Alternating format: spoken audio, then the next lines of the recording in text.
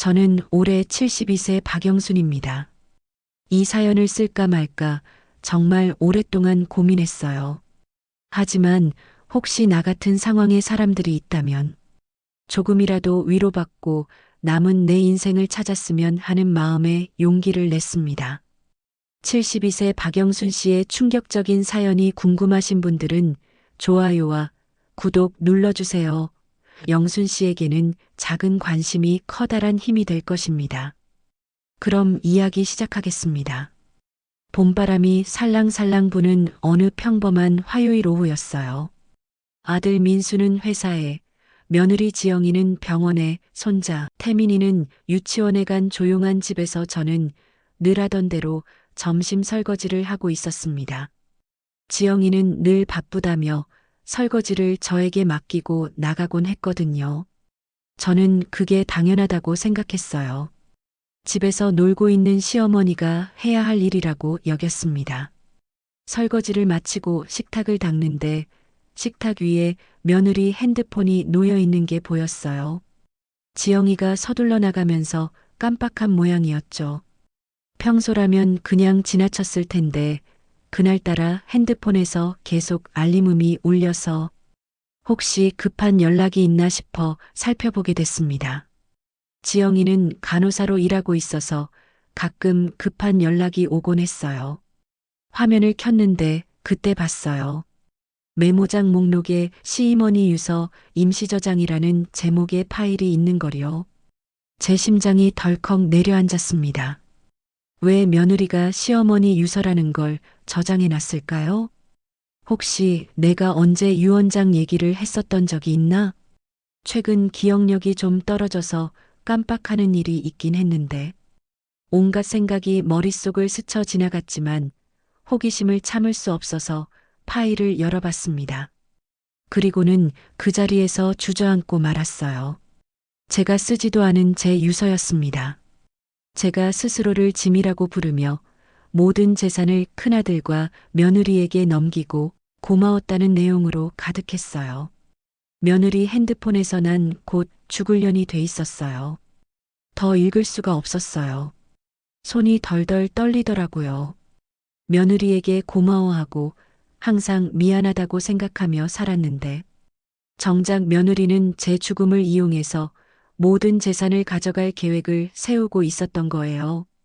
그날 밤 아들과 며느리가 돌아왔을 때도 평소와 똑같이 웃으며 어서 와 고생했어 하고 맞아주었어요. 지영이는 언제나처럼 피곤하다며 소파에 주저앉았고 민수는 TV를 켜고 뉴스를 봤어요. 저는 저녁상을 차리며 손자 태민이도 챙겼습니다. 어느 날과 다르지 않은 저녁 시간 우리 집 모습이었어요. 하지만 제 눈에는 모든 게 다르게 보였습니다. 지영이의 웃음이 가짜 같고 아들 민수의 무관심이 더 선명하게 느껴졌어요. 어머니, 오늘 뭐 하셨어요? 라고 묻는 지영이의 목소리에서 진심을 찾을 수 없었습니다. 저녁을 먹는 내내 저는 관찰했어요. 지영이가 제가 만든 미역국을 한 숟가락 떠서 얼굴을 찌푸리는 걸 봤어요. 너무 싱겁다며 소금을 더 넣더라고요. 평소라면 제가 간을 제대로 못 맞췄구나 싶어서 미안해했을 텐데 그날은 달랐어요. 혹시 일부러 그런 표정을 짓는 건 아닐까 의심하게 됐거든요. 민수에게도 시험해 봤어요. 요즘 회사 일이 많이 힘들지? 하고 물어봤는데 응, 그냥 그래. 하며 대충 대답하더라고요. 언제부터인가 저와의 대화를 귀찮아하는 것 같았어요. 밤늦게 잠자리에 들어서도 잠이 오지 않았습니다. 며느리가 쓴 그 유서가 계속 머릿속을 맴돌았어요. 남편이 5년 전에 세상을 떠난 후 저는 아들 가족과 함께 사는 게 당연하다고 생각했어요. 손자도 봐주고 집안일도 도와주면서 노후를 보내는 것 그게 자연스러운 일이라고 여겼습니다. 하지만 며느리에게는 제가 그저 빨리 사라져야 할 짐이었던 거네요. 그날부터 저는 집안에서 더욱 조용히 살아가려고 노력했어요. 혹시 며느리에게 스트레스를 주는 부분이 있다면 고쳐야겠다고 생각했거든요. TV 소리도 줄이고 걸을 때도 발소리가 나지 않게 조심했어요. 화장실도 지영이가 쓰고 난 후에 쓰려고 기다렸고요. 그렇게 하면 며느리가 마음을 돌려줄지도 모른다고 생각했던 거예요. 하지만 며칠 후 또 다른 충격적인 일이 있었습니다. 제가 장보고 들어온 길에 문이 살짝 열려 있어서 조심해서 들어오던 길이었습니다. 거실에서 지영이가 친구와 전화 통화하는 소리가 들려왔어요. 진짜 빨리 좀 나가셨으면 좋겠어. 매일 집에 계시니까 숨이 막혀 죽겠다니까. 민수 씨는 또 바보같이 저러고 있으니까 차라리 요양원이라도 보내버릴까 봐. 요양원? 저를 요양원에 보내려고 한다는 거였어요. 그 순간 깨달았습니다. 제가 아무리 조용히 살려고 해도, 아무리 눈치를 보며 살려고 해도 며느리에게는 제 존재 자체가 불편한 거라는 걸요. 이제야 그동안의 상황들이 이해됐어요. 그날 밤 저는 거울 앞에 서서 제 모습을 오랫동안 바라봤습니다. 72년을 살아온 이 얼굴에 언제부터 이렇게 처량함이 가득했을까요? 남편을 떠나보내고 나서 의지할 곳은 아들뿐이라고 생각했는데 정작 아들은 나를 방치하고 있었어요. 다음 날 아침 정말 제 직감을 확인이라도 시켜주듯이 충격적인 걸 듣게 됐어요. 지영이가 제가 잠들었다고 생각하고 누군가와 통화하는 걸 엿듣게 된 거예요. 유서는 이미 써놨어. 거의 완벽해. 만약에 무슨 일 생기면 이걸로 모든 재산 정리 끝이야. 치매로 보일 만한 상황도 제출했고 병원 진단서도 아는 사람 통해서 준비 중이야. 제가 치매요? 가짜 진단서요? 그 순간 깨달았습니다. 단순히 제가 죽기를 기다리는 게 아니라 적극적으로 저를 제거할 계획을 세우고 있다는 거요.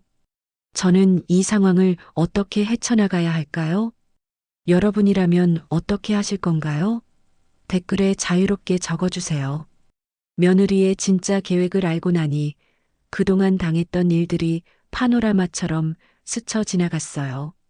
어떻게 이렇게 계속 신호가 있었는데 7년 동안이나 멋모르고 있었는지 제가 너무 한심했어요. 사실 처음부터 신호는 있었어요. 남편 장례식을 치르고 막막해하던 저에게 큰아들 민수가 말했죠. 엄마, 우리 집에서 같이 지내요. 혼자 계시면 외로우실 텐데. 그때는 정말 고마웠어요. 아들이 효자구나 싶었거든요. 하지만 지영이의 첫마디는 달랐어요. 어머니, 불편하시겠지만 잠깐만 계세요. 곧 좋은 곳 알아봐 드릴게요. 아버님이랑 계시던 집은 넓고 적적하지 않으시겠어요? 그래도 제가 우리 집으로 돌아가겠다고 하니 며느리가 어느 날 갑자기 제가 남편이랑 살던 집이 더 넓으니 본인들이 합가해서 모시겠다고 하더라고요. 그래, 손주도 봐줄 겸 잠깐만 살자 했는데 잠깐이라는 말이 7년이 될 줄 누가 알았겠어요? 처음엔 저도 불편했어요. 며느리 눈치 보며 한 집에 살고 싶은 시어머니가 세상에 얼마나 되겠어요? 그때는 며느리가 저를 위해 선심 써주는 거라고 생각했어요. 얼마나 순진했는지. 첫 번째 신호는 이사 온 지 한 달 후였어요. 제가 미국 사는 친정 언니와 통화를 하고 있는데 지영이가 옆에서 시계를 자꾸 보더라고요. 어머니, 통화비가 많이 나올 것 같은데요 하는 거예요. 한 달에 한 번 언니와 안부 인사하는 것도 눈치를 봐야 하는 상황이었죠. 두 번째는 제가 만든 김치였어요. 평생 김치 담그면서 살아왔는데 지영이가 마트에서 산 김치를 사와서는 이게 더 맛있다며 제 김치는 냉장고 뒤쪽으로 밀어버렸어요. 결국 그 김치는 상해서 버려야 했죠. 그때부터 제가 하는 요리에 대해 한마디씩 하기 시작했어요. 어머니가 만든 국은 너무 짜요. 어머니가 만든 반찬은 태민이가 안 먹어요. 어머니가 설거지하면 기름기가 안 빠져요. 하나하나가 제 마음에 상처를 냈지만 저는 그저 제가 서툴러서 그런가 보다 생각했어요. 가장 아팠던 건 6년 전 제 생일날이었어요. 생일이라고 해서 특별한 걸 바란 건 아니었어요. 그냥 가족들과 함께 저녁이라도 먹으면 좋겠다고 생각했죠. 그런데 그날 오후 민수가 말하더라고요. 죄송한데 오늘 지영이랑 태민이 친구들 모임 있어요. 엄마는 집에서 쉬고 계세요. 생일 잔치는 주말에 해요. 그날 밤 혼자 미역국 끓인 걸 먹으며 눈물 흘렸던 기억이 지금도 생생해요. 창밖으로 보이는 다른 집들은 모두 불이 켜져 있고 가족들이 함께 저녁을 먹고 있는 것 같았는데 저만 혼자 있는 것 같아서 너무 외로웠어요. 그 다음 해부터는 아예 제 생일을 언급하지 않았어요.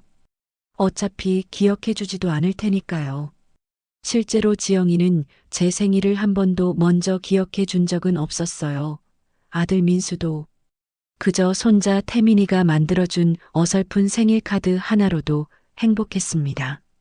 손자 태민이 유치원 졸업식 날도 유치원에서 가족 사진을 찍는다고 하는데 어머니, 가족 사진에는 안 들어가셔도 될 것 같은데요.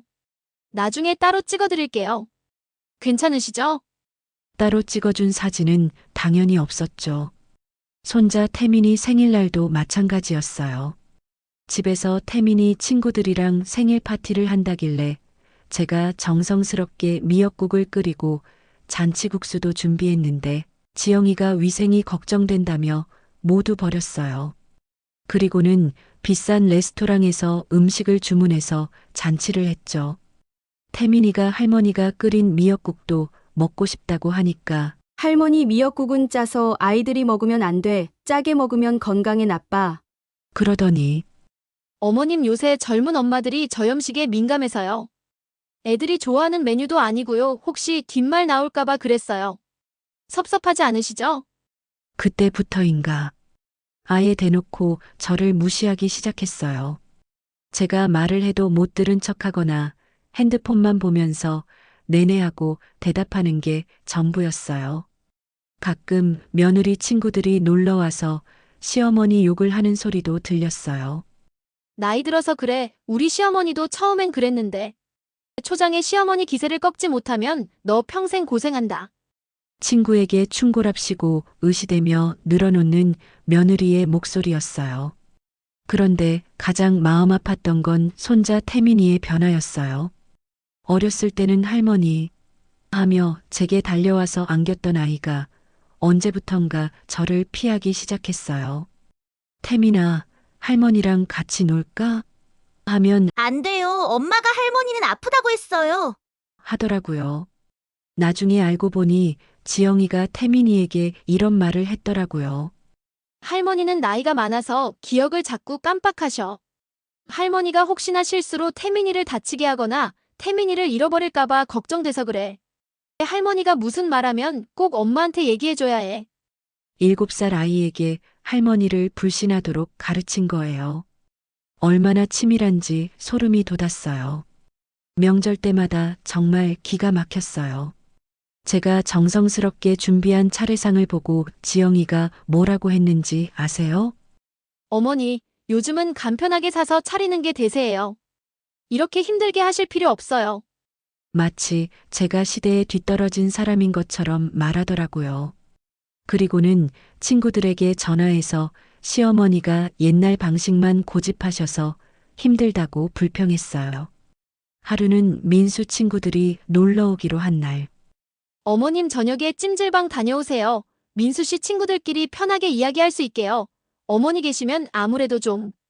어머님도 찜질방 좋아하시죠? 민수 씨 친구들 돌아가면 제가 모시러 갈게요. 그 순간 깨달았어요. 제가 언제부터 이 집에서 애물단지가 돼 있더라고요. 제 의견은 중요하지 않고 제 존재는 불편할 뿐이고 제가 하는 일은 모두 시대에 뒤떨어진 것이 되어버렸어요. 지난달에는 결정적인 사건이 있었어요. 제가 감기에 걸려서 며칠 알아누웠는데 지영이가 친구들과 통화하는 소리를 들었어요. 시어머니 감기 걸려서 며칠째 난리야. 엄살이 보통이 아니셔. 민수 씨 집에 있으면 더 끙끙 앓는 소리를 내신다니까. 아들한테 아프다고 유세 떠는 것도 아니고. 정말 언제까지 이러고 살아야 해? 관심 끌기요? 40도 열이 나서 응급실까지 갔는데요. 내가 정말 이렇게 살아야 하나? 그런데 더 충격적인 건 아들 민수의 반응이었어요. 어느 날 용기 내서 민수에게 말했어요. 민수야, 엄마가 여기 있는 게 너나 지영이한테 부담되는 것 같은데. 우리 그냥 따로 살자. 민수가 뭐라고 했는지 아세요? 엄마, 왜 그런 생각하세요? 지영이는 엄마 좋아해요. 엄마가 너무 예민하게 생각하시는 거 아니에요? 솔직히 시어머니 모시고 사는 며느리가 몇이나 돼요? 엄마, 그런 말씀 하시는 거 솔직히 좀 서운하네요. 그날 밤 민수와 지영이가 속닥속닥 이야기하는 소리가 들렸어요. 엄마가 뭔가 눈치채시는 것 같은데. 괜찮아, 조금만 더 참아. 어차피 나이도 있으시니까. 당신 지금 힘든 거 알지? 조금만 참자. 돌아가시면 다 보상받을 거야. 제 아들이 아내와 함께 저를 속이고 있었던 거예요. 마치 제가 얼마 안 살 것처럼 말하는 거였어요. 그 뒤의 대화는 더 가관이었습니다. 그래서 말인데 여보. 어머님 갈만한 실버타운 알아봤어. 보증금 5천만 원에 월 200만 원이면 괜찮은 곳 있대. 그래? 그 돈이면 엄마 적금 해지하면 돌아가실 때까지 얼추 맞겠는데? 제 적금으로 저를 쫓아내려고 한다는 거였어요. 그것도 제가 모르게 적금을 빼서요. 그 순간 모든 퍼즐이 맞춰졌어요. 왜 지영이가 제 통장을 관리한다고 했는지, 왜 은행 업무는 자신이 대신 처리한다고 했는지 이제야 이해됐어요. 하지만 그들이 망각하고 잊고 있는 것이 하나 있었습니다. 이 집의 진짜 주인이 누구인지를 말이에요. 며느리의 진짜 계획을 알고 난 후 저는 더 주의 깊게 주변을 관찰하기 시작했어요. 그리고 정말 소름 끼치는 사실들을 하나씩 발견하게 됐습니다. 먼저 이상한 일들이 자꾸 벌어진다는 걸 깨달았어요. 분명히 화장대에 두었던 안경이 없어졌다가 며칠 후 전혀 다른 곳에서 나타나고 늘 베개 밑에 두던 혈압약이 사라졌다가 냉장고 안에서 발견되고 매일 쓰던 지갑이 갑자기 신발장에서 나오고 처음에는 제가 나이가 들어서 깜빡하는 줄 알았어요. 그럴 때마다 지영이가 어머니, 괜찮으세요? 요즘 자꾸 그러시네요. 걱정되는데 하며 오히려 저를 위로해 주더라고요. 그래서 저도 정말 제가 치매에 걸린 건 아닌가 걱정하기 시작했어요. 밤에 잠들기 전 오늘 뭘 했는지 되돌아보고 약은 제때 먹었는지 확인하고 메모지에 중요한 일들을 적어두기도 했어요. 하지만 이상한 건 가족들과 함께 있을 때만 그런 일이 벌어진다는 거였어요. 혼자 있을 때는 멀쩡한데 지영이나 민수가 집에 있을 때만 물건들이 사라졌다가 엉뚱한 곳에서 나타났어요. 특히 중요한 물건들이 그랬어요. 남편 유품인 시계, 어머니 유품인 반지, 적금 통장, 도장 같은 것들 말이에요. 이런 것들이 사라지면 지영이는 항상 이렇게 말했어요. 어머니, 나이 드시면 그럴 수 있어요. 저희가 잘 찾아드릴게요. 그리고 며칠 후에 정말로 찾아주곤 했어요. 하지만 왜 제가 절대 둘리 없는 곳에서 나오는지는 설명해 주지 않았어요. 한 달 전에 결정적인 사건이 있었어요. 제가 가장 아끼는 남편의 시계가 사라진 거예요. 남편이 마지막으로 차고 있던 시계라서 평소에도 서랍 깊숙이 소중히 보관하던 것이었는데 어느 날 갑자기 없어진 거예요. 온 집을 뒤져도 없어서 혹시 도둑이 들었나 싶어 지영이에게 말했더니 지영이가 걱정스러운 표정으로 이렇게 말하더라고요. 어머니, 혹시 어디 다른 곳에 두신 건 아니에요? 요즘 깜빡하시는 일이 많으시잖아요. 그 말에 저도 혹시 제가 어디 엉뚱한 곳에 뒀나 싶어서 더 열심히 찾았어요. 심지어 쓰레기통까지 뒤져봤죠. 하지만 아무리 찾아도 없었어요. 지영이는 며칠 후 이런 제안을 했어요. 어머니, 병원에서 한번 검사 받아보시는 게 어때요? 요즘 너무 자주 물건을 잃어버리시는 것 같아서 걱정이 돼요. 제가 잘 아는 병원 있어요. 시간 내서 한번 같이 가세요. 그 순간 저는 정말 제가 치매에 걸린 건 아닌가 하는 생각이 들었어요. 물건을 자꾸 잃어버리는 것도 그렇고, 기억이 가물가물한 것도 그렇고, 그래서 병원에 가자고 하려던 찰나였어요. 그런데 그날 밤 화장실에 가려고 일어났다가 우연히 아들네 방 불빛이 새어나오는 걸 봤어요. 이상해서 살짝 문틈으로 들여다봤는데 깜짝 놀랐습니다. 지영이가 제 시계를 손에 들고 이리저리 살펴보고 있는 거예요. 그것도 제가 사라졌다고 야단법석을 떨던 바로 그 시계를요. 심장이 멈추는 줄 알았어요. 지영이가 제 시계를 숨긴 거였어요. 그럼 지금까지 사라졌던 다른 물건들도? 다음 날 지영이가 출근하고 난 후 저는 조용히 지영이 방을 뒤져봤어요. 그리고 깜짝 놀랄 만한 것들을 발견했습니다. 옷장 맨 뒤쪽 지영이 옷에 가려진 작은 상자 안에 제가 잃어버렸다고 생각했던 물건들이 가득 들어 있었어요. 남편 시계, 어머니 반지, 적금 통장, 도장, 심지어 제가 비상용으로 숨겨둔 현금까지요. 그 순간 모든 게 이해됐어요. 지영이가 일부러 제 물건들을 숨겨놓고 제가 찾지 못하게 한 다음 저를 치매 환자로 만들려고 했던 거예요. 그리고 제가 스스로 의심하도록 만들어서 병원에 가서 치매 진단을 받게 하려는 계획이었던 거죠. 정말 치밀하고 악독한 가스라이팅이었어요. 저를 미치게 만들어서 스스로 정신병원에 가고 싶게 만드는 거였어요. 더 무서운 건 지영이가 평소에 보인 행동들이었어요. 제가 물건을 찾지 못해 당황할 때마다 위로하는 척했지만 실제로는 제가 더 혼란스러워하도록 부추기고 있었던 거예요. 어머니, 어제도 같은 말씀하셨는데 기억 안 나세요? 어머니, 그 일은 일주일 전에 하셨잖아요. 어머니, 약 드셨는지 확인해 보세요. 깜빡하실 수 있으니까.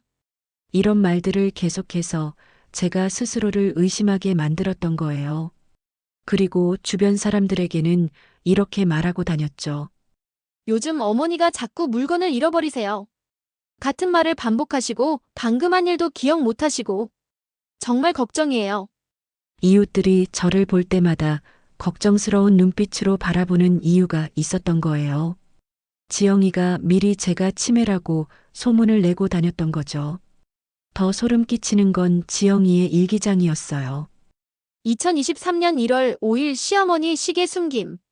3일째 찾고 있음. 계획대로 진행 중. 2023년 2월 12일 시어머니 도장 감춤. 내일 다시 냉장고에 넣어둘 예정. 이제 슬슬 병원 가자고 해야겠다.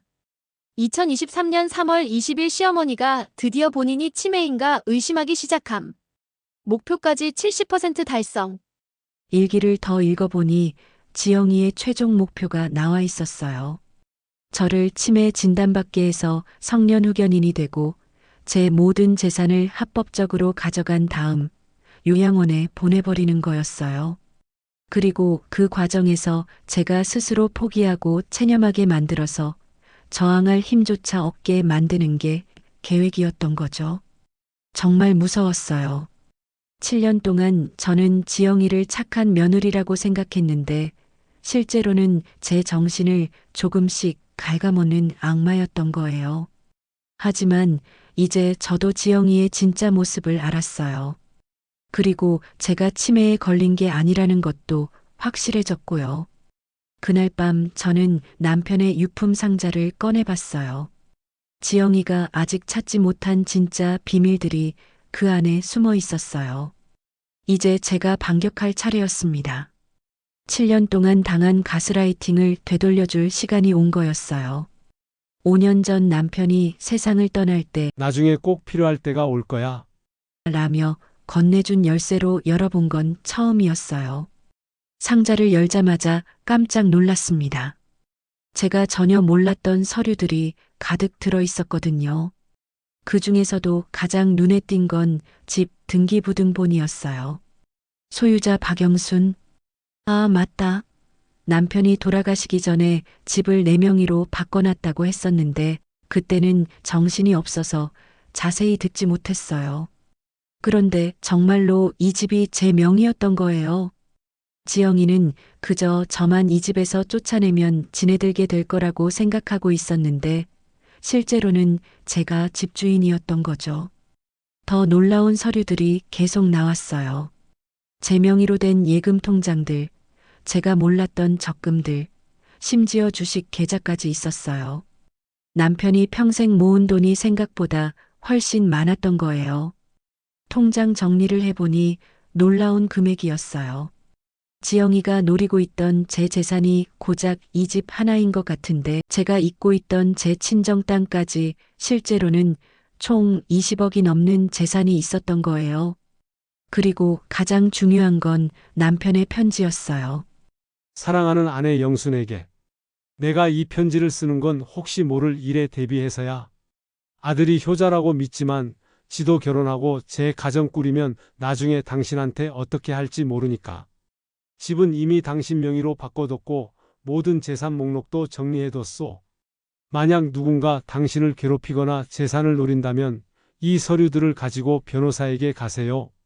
김철수 변호사는 내 친구 아들이니 믿고 맡기시오. 당신은 절대 약한 사람이 아니야. 당당하게 살아가시오. 남편이 정말 저를 사랑했구나 싶어서 눈물이 났어요. 그리고 동시에 화가 났어요. 아들 민수가 며느리 지영이를 처음 데려오던 날. 뭐 때문인지 남편은 며느리를 마음에 들어 하지 않았어요. 그런 남편을 저는 마구 나무랐죠. 아들이 데려온 여자를 믿지 못하고 그런다고. 남편은 뭔가 느끼고 있었던 것 같은데 그것도 모르고 남편을 나무란 나한테 너무 화가 났어요. 한편으론 위로가 되기도 했습니다. 지영이가 저를 바보로 만들려고 했지만 저에게는 이런 든든한 뒷배가 있었던 거예요. 다음 날 아침 저는 전혀 다른 사람이 되어 있었어요. 이제 제가 이 집의 주인이라는 걸 알고 나니 지영이를 보는 눈도 달라졌어요. 지영이가 평소처럼 어머니, 아침 드세요라고 했을 때 저는 이렇게 말했어요. 지영아, 고마워. 그런데 오늘부터는 내가 요리할게. 내 집에서 내가 해야지. 네. 어머니 집이요? 지영이의 표정이 순간 굳어지더라고요. 하지만 저는 모르는 척 했어요. 우리 집. 너희들과 내가 함께 살고 있는 우리 집. 며느리는 아리송한 표정을 지으며 나름 머리를 굴리며 골똘히 생각에 빠지더라고요. 제가 모든 걸 다 알게 됐다는 건 꿈에도 생각하지 못한 채요. 웃음이 났어요. 그날부터 저는 조금씩 행동을 바꿔나갔어요. 먼저 은행에 가서 제 모든 계좌를 확인했어요. 역시 지영이가 몰래 빼간 돈들이 있었지만 아직 그녀가 모르는 계좌들이 더 많았어요. 그리고 김철수 변호사님께 연락을 드렸어요. 남편의 오랜 친구 아들이라더니 정말 믿을 만한 분이었어요. 박영수님, 남편분이 정말 치밀하게 준비해 두셨네요. 이 서류들이면 며느리의 모든 불법 행위를 다 증명할 수 있어요. 변호사님은 제게 몇 가지 조언을 해주셨어요. 일단 증거를 더 모으세요. 며느리가 당신 물건을 숨기는 장면을 핸드폰으로 찍고 통장 거래 내역도 모두 출력하세요. 그리고 주변 사람들에게 당신이 치매라고 소문낸 것도 녹음으로 남기세요.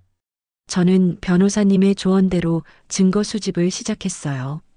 그런데 지영이는 제가 바뀐 걸 눈치채지 못하고 있었어요. 여전히 저를 만만하게 보고 있었거든요. 며칠 후 결정적인 순간이 왔어요. 지영이가 또 제 물건을 숨기려고 하는 걸 목격한 거예요. 이번에는 제 혈압약이었어요. 지영이가 제 약통을 들고 어디론가 가는 걸 보고 저는 몰래 따라가서 핸드폰으로 찍었어요. 지영이가 약통을 냉장고 맨 뒤쪽에 숨기는 장면을 완벽하게 녹화했거든요. 그리고 다음 날 아침 연기를 시작했어요. 내 혈압약이 어디 갔지? 분명히 여기 뒀는데.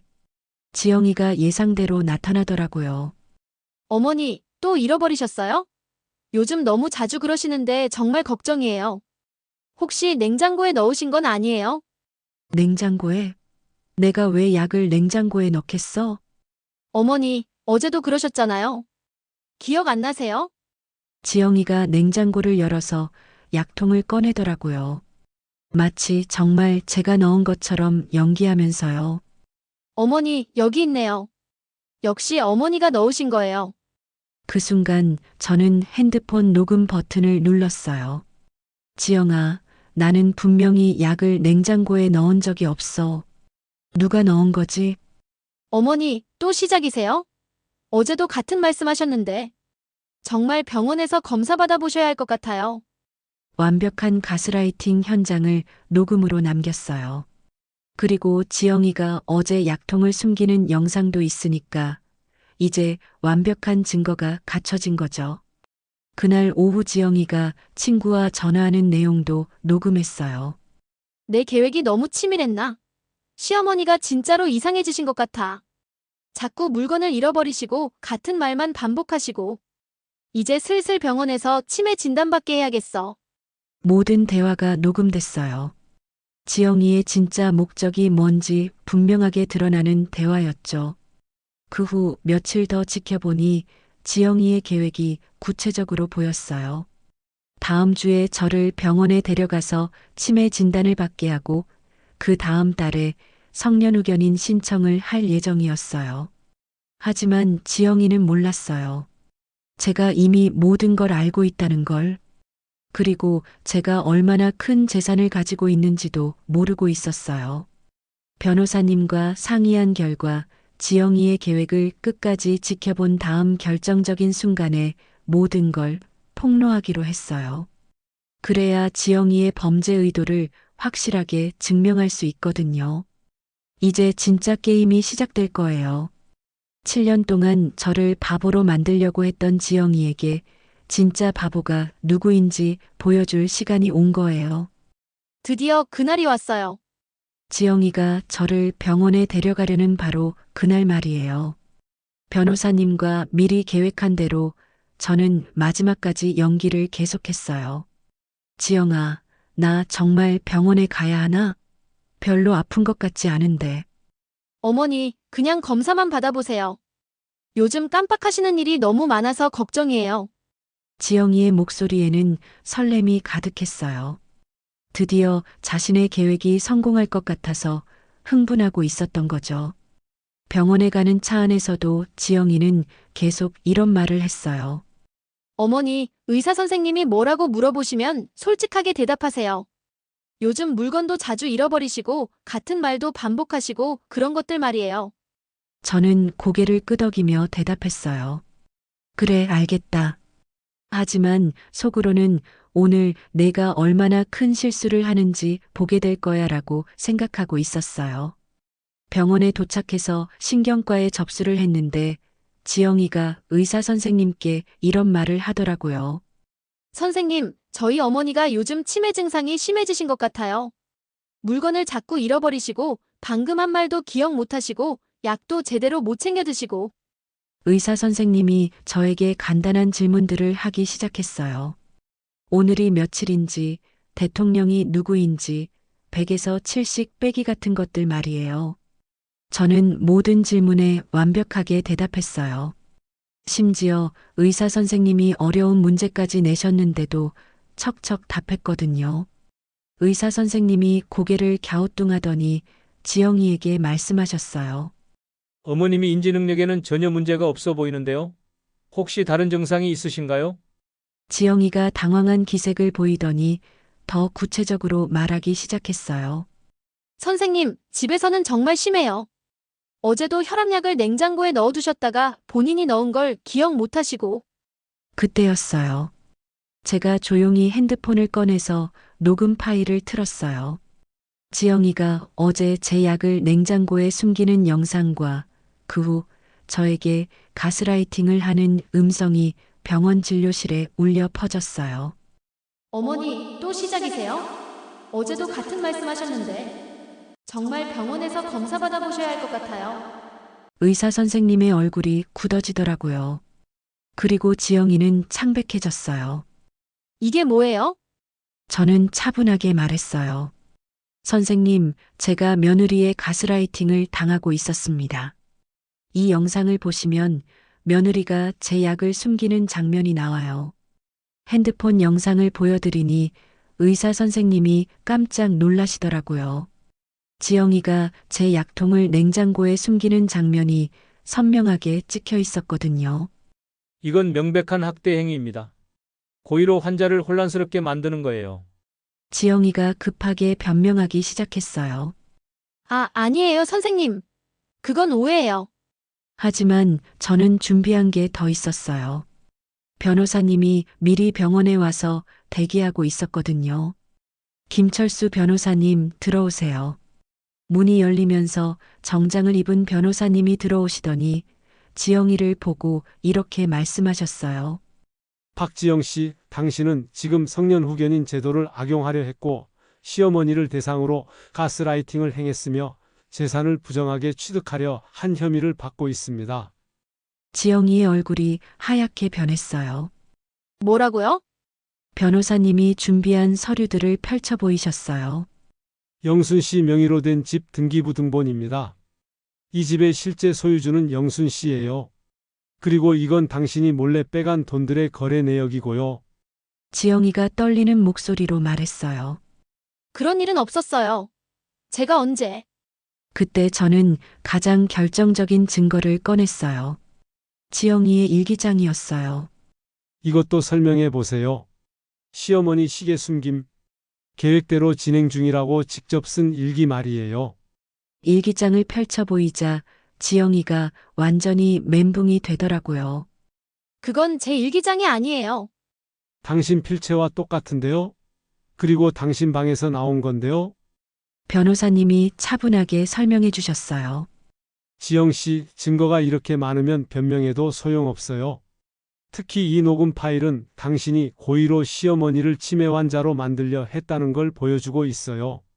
그때 지영이가 갑자기 울기 시작했어요. 어머니, 정말 죄송해요. 제가 잘못했어요. 한 번만 용서해 주세요. 하지만 저는 이미 마음을 굳혔어요. 지영아, 7년이야. 7년 동안 나를 바보로 만들려고 했잖아. 하루 이틀도 아니고. 의사 선생님도 말씀하셨어요. 이건 정말 심각한 문제예요. 가족 간의 학대 행위를 신고해야겠습니다. 그러자 지영이가 더욱 절망적으로 매달렸어요. 어머니, 제발요. 민수 씨한테도 말하지 마세요. 제가 다시는 그런 일 안 할게요. 저는 냉정하게 대답했어요. 민수한테 말 안 하기? 글쎄다. 민수도 내 계획을 알고 있었던 것 같은데? 지영이의 얼굴이 더욱 창백해졌어요. 자신이 민수와 나눈 대화들도 녹음되어 있다는 걸 눈치챈 거죠. 변호사님이 마지막으로 말씀하셨어요. 지영 씨, 지금까지의 증거면 횡령, 사기, 가족학대 등으로 형사고발이 가능해요. 그리고 그동안 빼간 돈들은 모두 반환해야 하고요. 지영이가 바닥에 주저앉으며 울기 시작했어요. 정말 죄송해요. 제발 고소하지 마세요. 하지만 저는 이미 결심했어요. 7년 동안 당한 모든 것들을 생각하면 용서할 수 없었거든요. 병원에서 나올 때 지영이가 계속 매달렸지만 저는 단호했어요. 지영아, 이제 끝이야. 그리고 내일까지 집에서 나가. 이건 내 집이니까. 지영이가 마지막으로 애원했어요. 어머니, 정말 한 번만 태민이 생각해서라도. 태민이? 내가 태민이한테 할머니 험담하면서 할머니를 멀리하게 만든 거 잊었어? 그 순간 지영이는 아무 말도 할 수 없었어요. 자신이 한 모든 일들이 들통난 거니까요. 집으로 돌아오는 길에 저는 7년 만에 처음으로 속이 시원했어요. 드디어 복수가 시작된 거예요. 집에 도착하자마자 지영이가 급하게 짐을 싸기 시작했어요. 하지만 제가 가만히 둘 리 없었죠. 지영아, 잠깐. 짐 싸기 전에 내 물건들부터 다 꺼내놔. 어떤 물건들이요? 내 방에 숨겨둔 내 물건들 말이야. 지영이가 당황하며 변명하려 했지만 이미 늦었어요. 저는 곧바로 지영이 방으로 가서 옷장을 열었어요. 이것 봐. 내 시계, 내 반지, 내 도장. 이 모든 게 여기 있네. 하나씩 꺼내 보이자 지영이의 얼굴이 점점 창백해졌어요. 어머니, 그건 제가 안전하게 보관해 드리려고. 안전하게 보관? 내가 찾지 못하게 숨겨둔 거지. 그때 현관문이 열리며 민수가 들어왔어요. 퇴근 시간보다 일찍 온 걸 보니 지영이가 급하게 연락했나 봐요. 엄마, 무슨 일이에요? 지영이가 전화해서 울어서. 저는 민수를 똑바로 바라보며 말했어요. 민수야, 내 아내가 7년 동안 뭘 했는지 알고 있었니? 지영이가 나를 치매 환자로 만들려고 내 물건들을 숨기고 내 돈을 훔치고 거짓말로 사람들한테 내가 정신이 이상하다고 소문낸 거 알고 있었냐고. 민수가 지영이를 바라봤어요. 지영이는 고개를 숙인 채 아무 말도 하지 못했어요. 지영아, 이게 무슨 소리야? 저는 핸드폰을 꺼내서 녹음된 대화를 틀었어요. 민수와 지영이가 저를 실버타운에 보내려고 계획하는 대화였죠. 녹음이 끝나자 민수의 얼굴이 굳어졌어요. 이건 언제 녹음한 거예요? 내가 나를 내보낼 계획을 세울 때지. 내가 모르는 줄 알았어? 민수가 허둥지둥 변명하기 시작했어요. 엄마, 그건 정말 엄마를 위해서, 나를 위해서? 내 돈으로 나를 쫓아내는 게 나를 위해서라고? 그때 현관문이 또 열리며 태민이가 학교에서 돌아왔어요. 집안 분위기가 이상한 걸 느꼈는지 조심스럽게 물어봤어요. 할머니 왜 화가 났어요? 저는 태민이에게 다가가서 말했어요. 태민아, 할머니가 물어볼게. 누가 할머니는 아프다고 했니? 태민이가 엄마를 쳐다보더니 작은 목소리로 대답했어요. 엄마가. 할머니는 기억을 깜빡깜빡 하셔서 할머니 말은 믿으면 안 된다고 했어요. 그리고 할머니가 주는 건 먹지 말라고 했지? 할머니가 유통기한 확인을 못 하신다고. 제 마음이 아팠어요. 7살 아이에게 할머니를 불신하도록 가르친 게 얼마나 잔인한 일인지 깨달았거든요. 태민아, 할머니는 아프지 않아. 엄마가 거짓말한 거야. 태민이가 혼란스러워하며 지영이를 바라봤어요. 엄마 정말 거짓말이에요? 지영이는 아무 대답도 하지 못했어요. 그 모습을 본 태민이가 울기 시작했어요. 엄마가 거짓말쟁이에요. 할머니한테 미안해요. 태민이가 제게 달려와서 안겼어요. 그 순간 저도 눈물이 났어요. 그동안 손자와 멀어진 게 얼마나 속상했는지 모르거든요. 민수가 당황해서 지영이에게 따져 물었어요. 지영아, 정말 엄마한테 그런 짓을 했어? 여보, 나는 정말. 대답해. 정말 엄마 물건을 숨기고 그런 짓을 했냐고. 지영이가 결국 무너졌어요. 미안해. 정말 미안해. 나는 그냥 우리 세 식구 잘 살아보려고. 그래서 그랬어. 그리고 어머님도 요양원 가시면 더 잘 보살펴 주실 거고. 잘 살아보려고? 그래서 내 엄마를 치매 환자로 만들려고 했다고? 민수의 목소리가 점점 커졌어요. 이제야 사태의 심각성을 깨달은 거죠. 저는 차분하게 말했어요. 민수야, 너도 공범이야. 내가 몰랐다고 하지 마. 분명히 알고 있었어. 엄마, 저는 정말. 그럼 이 녹음 파일은 뭐야? 내가 직접 한 말들이잖아. 저는 또 다른 녹음을 틀었어요. 민수가 지영이와 함께 제 상속 계획을 세우는 대화였죠. 엄마가 뭔가 눈치채시는 것 같은데. 괜찮아. 조금만 더 참아. 어차피 나이도 있으시니까. 녹음이 끝나자 민수가 완전히 무너졌어요. 엄마, 정말 죄송해요. 그때 지영이가 갑자기 화를 내기 시작했어요. 아니야. 어머니가 너무해요. 7년 동안 저희가 얼마나 힘들었는데. 매일 눈치 보면서 살고 하고 싶은 것도 못하고. 저는 차분하게 대답했어요. 힘들었다고? 그럼 왜 7년 동안 내 집에서 공짜로 살았어? 싫으면 나가면 됐잖아. 어머니가 허락해 주셨잖아요. 내가 언제 내 돈을 훔쳐가라고 허락했어? 내가 언제 나를 치매 환자로 만들라고 허락했어? 지영이가 할 말이 없어지자 이번에는 다른 전술을 썼어요. 어머니, 그럼 태민이는 어떡해요? 태민이 아빠한테서 떨어뜨릴 거예요? 하지만 저는 이미 준비가 되어 있었어요. 태민이는 민수가 키우면 돼. 다만 이 집에서는 못 살아. 이 집은 내 집이거든. 네? 이 집이 어머니 거라고요? 민수가 깜짝 놀라며 물어봤어요. 저는 집 등기부등본을 꺼내 보였어요. 응, 내 아버지가 돌아가시기 전에 내 명의로 바꿔두셨더라. 너 결혼할 때 지영이가 남자가 집 한 채 해와야 하는 거 아니냐고. 결혼 안 한다고 하고 널 괴롭히길래 아버지가 네 명의로 바꿔주겠다고 했지. 어차피 결국엔 너희들 주려고 했으니까. 근데 무슨 이유인지 이번에 보니 아버지가 내 명의로 바꿔놨더라. 아버지도 돌아가시기 전에 너희들 검은 속을 알아차리신 거겠지. 나 살아있는 동안에는 내 손에 있어야 너네가 나를 안 버릴 거라고 생각하신 거야. 민수와 지영이의 눈이 동시에 커졌어요. 이번에 너네 속내 알고 집 정리하려고 보니 많이 올랐더라. 15억이랬나? 15억이요? 그래. 그리고 이것만 있는 게 아니야. 저는 통장들을 꺼내 보였어요. 너네가 상상도 못할 만큼 많이 들어있더라. 지영이가 떨리는 목소리로 물어봤어요. 얼마나 있는데요? 그걸 내가 왜 알아야 해? 이제 넌 내 가족이 아니야. 그 순간 지영이가 완전히 절망했어요. 자신이 노렸던 재산이 생각보다 훨씬 많다는 걸 알았지만 이미 모든 걸 잃어버린 후였거든요. 어머니, 정말 한 번만 제발 용서해 주세요.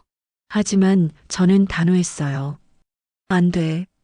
넌 내 손자까지 이용했어. 태민이가 제품에서 작은 목소리로 말했어요. 할머니, 엄마가 거짓말한 거 맞아요? 할머니는 정말 아프지 않은 거예요? 그래, 태민아. 할머니는 아프지 않아. 그리고 태민이를 정말 사랑해. 태민이가 울먹이며 말했어요. 할머니 미안해요. 엄마 말만 믿고 할머니 피했어요. 그 순간 지영이가 태민이를 보며 절망적으로 말했어요. 태민아, 엄마가 잘못했어. 하지만 이제 선택의 여지가 없었어요. 7년 동안의 거짓이 모두 무너진 거니까요. 지영아, 내가 조금만 참으라고 했잖아. 어떻게 나도 모르게 이런 무서운 짓을. 너 때문에 다 끝났어. 망했다고. 뜻을 알 수 없는 아들의 푸념을 듣고 저는 그 자리에서 일어나 방으로 돌아왔습니다. 그날 밤 지영이는 정말로 집을 떠났어요. 짐을 싸면서도 계속 빌고 또 빌었지만 저는 마음을 바꾸지 않았어요. 민수는 어떻게 해야 할지 몰라 하며 우왕좌왕했어요. 엄마, 제가 지영이를 잘못 봤어요. 정말 죄송해요. 민수야, 너도 알고 있었잖아. 그래도 엄마. 지영이가 태민이 엄마인데. 그건 너희들이 해결할 문제야.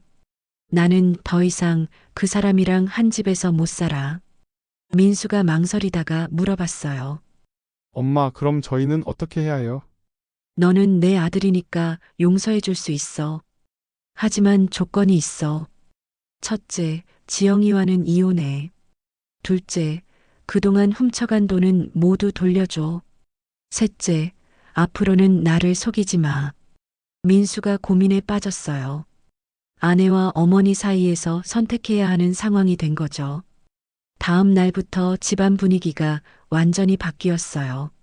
지영이가 없으니까 집이 이렇게 조용하고 평화로울 수 있구나 싶었어요. 7년 만에 처음으로 제가 진짜 집주인이 된 기분이었어요. 태민이도 처음에는 엄마가 없어서 울었지만 며칠 지나니까 적응하더라고요. 오히려 할머니에게 더 가까이 다가오기 시작했어요. 태민이와 함께 지내면서 그동안 놓쳤던 소중한 시간들을 되찾을 수 있었어요. 함께 요리도 하고 숙제도 봐주고 그동안 지영이가 금지했던 것들을 마음껏 할 수 있었어요. 하지만 가장 큰 변화는 제 자신이었어요. 7년 동안 움츠러들어 있던 제가 다시 당당해졌거든요. 동네 마트에 가서도 예전처럼 점원들과 농담도 하고 이웃들과도 자연스럽게 대화할 수 있었어요. 그동안 지영이가 저를 치매 환자라고 소문낸 것 때문에 사람들이 조심스럽게 대했었는데 이제는 예전처럼 편하게 지낼 수 있었어요. 영순 씨, 요즘 기운이 좋아 보이네요. 뭔가 달라졌어요. 그래요? 저도 그런 것 같아요. 마음이 한결 가벼워졌어요. 변화한 건 제 경제 상황도 마찬가지였어요. 그동안 지영이가 가져간 돈들을 되찾기 위해 변호사님과 함께 법적 절차를 밟았어요. 영순 씨, 민사소송으로 충분히 돈을 되찾을 수 있어요. 증거가 워낙 명확하니까요. 지영이가 그동안 가져간 돈이 정확히 계산해 보니 1억 2천만 원이었어요. 하지만 저에게는 다른 계획이 있었어요. 변호사님과 상의해서 제 재산을 정리하기로 한 거예요. 영순 씨, 전체 재산이 20억이 넘네요. 정말 많으시네요. 하지만 돈보다 중요한 건 제가 다시 찾은 자존감이었어요. 일주일 후 민수가 결정을 내렸어요. 엄마, 지영이와 이혼하기로 했어요. 정말? 네. 엄마한테 그런 짓을 한 걸 용서할 수 없어요. 무엇보다 태민이에게도 나쁜 영향을 줄 것 같고요. 태민이가 나중에 나처럼 크면 안 되잖아요. 민수의 결정을 듣고 안도감이 들었어요. 제 아들이 옳은 판단을 한 거니까요. 그럼 태민이는? 제가 키울게요. 지영이는 면접 교섭권만 가지고요. 그 정도는 이해해 주실 수 있죠? 태민이도 처음에는 힘들어했지만 시간이 지나면서 적응해 갔어요. 오히려 할머니와 아빠만 있으니까 더 편해하는 것 같았어요. 할머니, 이제 엄마 없으니까 친구도 마음대로 사귀고 하고 싶은 것도 다 할 수 있어요.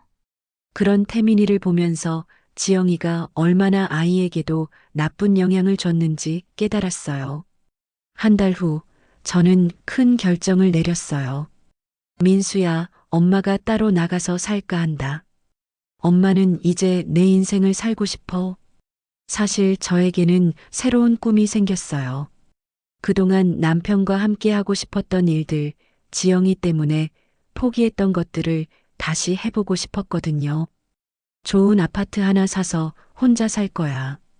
그리고 여행도 다니고 취미 생활도 하고. 민수가 걱정스러워했지만 저는 이미 마음을 정했어요. 이사하는 날 태민이가 울면서 매달렸어요. 마음이 아팠지만 여기서 마음 약해지면 내 인생은 또 여기서 멈출 것 같았어요.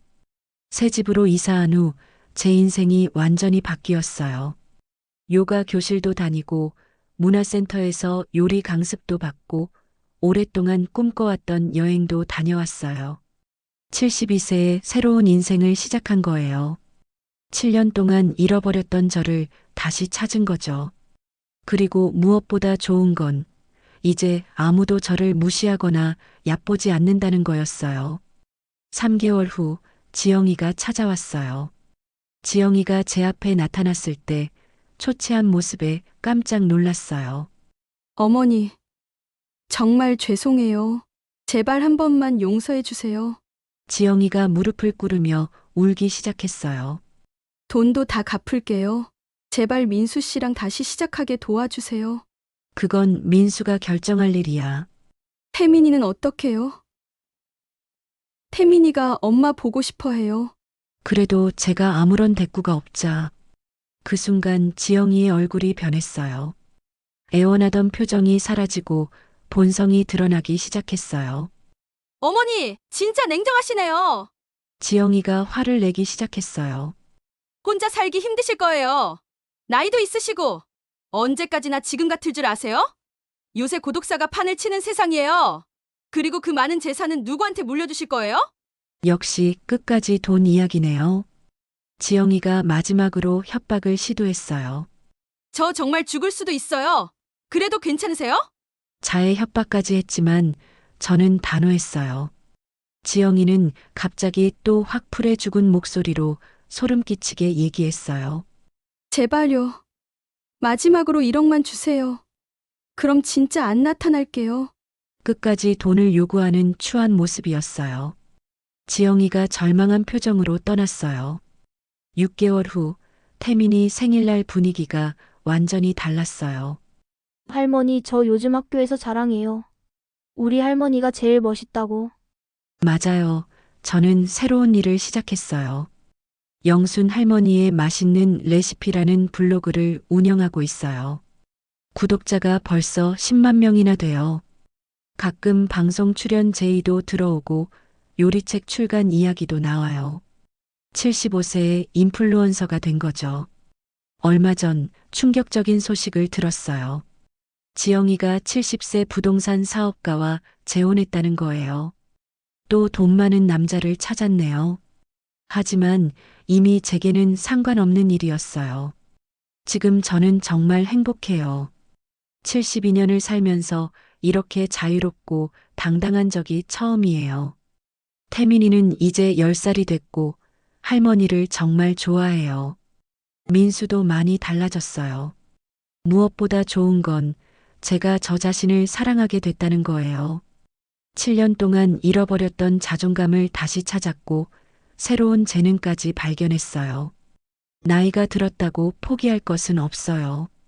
여러분도 힘내세요. 몇 살이든 늦지 않았어요. 새로운 시작은 언제든 가능합니다. 만약 여러분이 영수님이라면 어떻게 하실 건가요? 아들의 행복을 위해 한 번 덮고 넘어간다. 아니면 영순 씨처럼 결단을 내린다. 비슷한 경험이 있으시거나 영순 씨의 새로운 인생을 응원하는 댓글 많이 남겨주세요. 다음 영상도 여러분께 더욱 충격적이고 감동적인 시니어분들의 진짜 이야기를 들려드리겠습니다. 구독과 좋아요, 알림 설정까지 꼭 눌러주세요. 여러분의 작은 관심이 영상 만드는데 커다란 힘이 됩니다. 감사합니다.